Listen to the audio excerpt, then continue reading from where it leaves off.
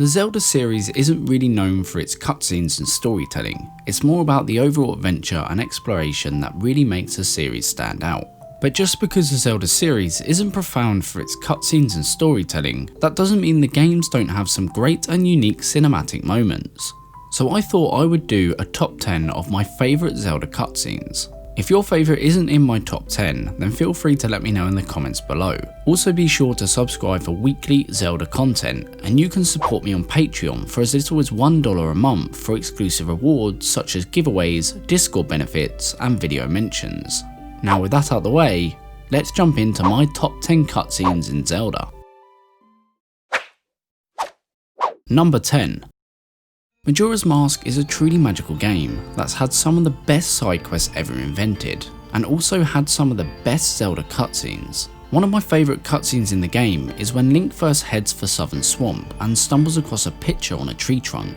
The picture is of Skull Kid and his new fairy friends, Taddle and Tail. We get a look into the life of Skull Kid. We see a scared being cowering from the dark and rain inside a tree trunk, shivering and alone, but is then comforted by two fairies who keep him warm and become his friends. We also see him playing and see the first time he obtains the Majora's Mask. What's so great about this moment is that the game shows us that the chaos around Termina isn't being caused by Skull Kid himself, but is clearly the work of Majora's Mask. A great moment that makes the player feel happy and sad. Number 9. Ocarina of Time was a game so far ahead of its time. It was by far the best adventure game ever when it was first released, and is still considered the best game of all time today. I'll never forget the first time I played Ocarina. The game is just full of so many memorable moments, from the various boss battles to the epic and unique dungeon designs and various settlements in the game, such as Kakariko Village. The main thing I remember about Kakariko Village is the cutscene in which Bongo Bongo escapes from the well. Sheik gets tossed around by a shadow-like demon and is then thrown to the ground. Link, seeing the dangerous shadow scaling the hills and edging closer to Sheik, stands his ground, shield in front and sword behind, and protects Sheik from Bongo Bongo.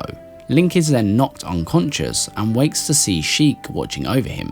A great moment in the game, and we also learn the Nocturne of Shadow, so a win-win. Number 8. My number 8 spot also goes to an Ocarina of Time cutscene. Throughout Link's adult portion of the game, he is constantly assisted by a strange character that covers a huge portion of their face and bears the Sheikah symbol on their torso. This person is Sheik. When Link acquires all 6 of the Sage Medallions, he meets Sheik one more time in the Temple of Time. Here it is revealed that Sheik is Princess Zelda, and she took the disguise as a Sheikah to hide from Ganondorf. This was a pretty good plot twist, as I for one didn't see this coming, and even now when replaying Ocarina of Time, it's easy to forget that Sheik is Princess Zelda. Number 7. Ganondorf has been a staple villain throughout the Zelda series, and in most games we don't really get much information on his past, but the Wind Waker gave us some insight to his motives in taking over Hyrule. Just before the epic boss battle with Ganondorf at the end of the game, he explains that his country lay within a desolate wasteland with freezing temperatures at night and harsh winds that led to death within his tribe, and that the winds that blew across Hyrule's green fields brought something other than suffering and ruin.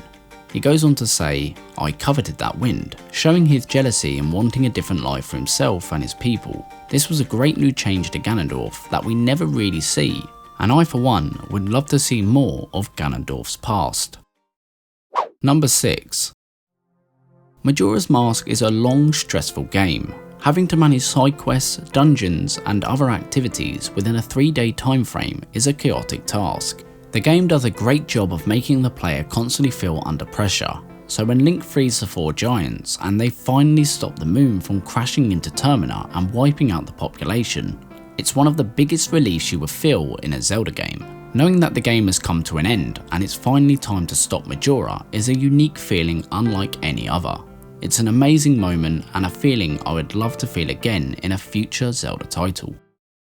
Number 5. Twilight Princess is one of my favourite Zelda games ever. In my opinion, Ocarina of Time was a great game, but I believe that Twilight Princess is the definitive version of Ocarina of Time, although I do still enjoy playing both. Twilight Princess really pushed the boundaries with its storytelling compared to previous Zelda games. One of my favourite scenes of the story is at the end of the game. Midna, Link's companion of the game, was transformed into an imp by the usurper King Zant to prevent her from retaking the throne. After Link successfully defeats Ganondorf, the spell placed upon Midna is broken, allowing her to regain her true form as the Twilight Princess. This leaves Link speechless. She then takes leave of the Light Realm, saying goodbye and thanking Zelda. Turning to Link, she begins a sentence, before breaking off and saying, "See you later." This is one of the best moments in Zelda, as we really got to bond with Midna, and I hope that one day we see her return. Number 4. Skyward Sword has a great story and incredibly fun game mechanics. Demise and Girium make for some of the most entertaining villains in the series. My favourite Girium moment is when he takes on Impa. As he charges towards Zelda, Impa attempts to hold him back with a powerful spell which blocks all his incoming attacks. But eventually, Girium's will breaks the spell, knocking Impa to the ground. Before he can finish her off, Link jumps in at the nick of time to stop him. This is a moment you really get to see Impa as the fierce warrior she is, and not just the old lady we're used to. Number 3. Ganondorf's execution is one of, if not the most epic badass Ganondorf moment within the Zelda series. The 6 sages band together to end Ganondorf once and for all. The water sage thrusts the sword of sages into Ganondorf's chest. His body lays still as he appears to be dead, only for his hand to start glowing with the Triforce of Power. The Triforce of Power kept him alive, and he used his strength to break free of his chains and kill the water sage. The other sages then form together and send Ganondorf to the Twilight Realm. This is by far my all-time favourite Ganondorf moment. Number 2. As Girium stalls Link during their final battle, the ritual he started before the fight to resurrect his master Demise continued. The imprisoned is able to absorb Zelda's soul, and in doing so, Demise is resurrected. The fact that Girium succeeds in the first place is shocking, but the fact that Princess Zelda is practically dead at this point is so demonic and shows just how ruthless Demise is. We also see that Girium is more than just a servant to Demise, he is his sword companion as Fires to Link. The best part about this cutscene is the fact that Demise challenges Link to a duel, and Link goes on to beat Demise, and all is good. Number 1. So the final spot goes to a Twilight Princess cutscene. Our first encounter with Princess Zelda is an unforgettable event in Twilight Princess.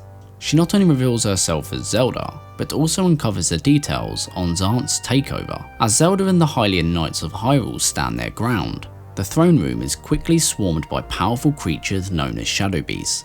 Although the knights outnumber the Shadow Beasts strength is quickly put to work as they slam through the soldiers, and before long Hyrule's last defense is overrun. Zant then marches in like a god with his personal guards and gives Zelda an ultimatum. Zelda chooses wisely and surrenders by dropping her sword. This was a great cutscene in Twilight Princess and truly opened up the game. Yes, the intro to the game was incredibly long, but this moment made it all worthwhile. This is just my top 10 Legend of Zelda cutscenes, but I would love to hear yours, so drop a comment down below with your favourite Zelda cutscenes. A massive thank you for watching the video. If you enjoyed, then leave a like and subscribe for more Zelda content. A huge amount of love goes to my Patreons, so thank you for continuing to support me. Links to my Patreon, Discord and Twitter will be in the description box below. Once again, thank you so much for watching, and I'll see you in the next one.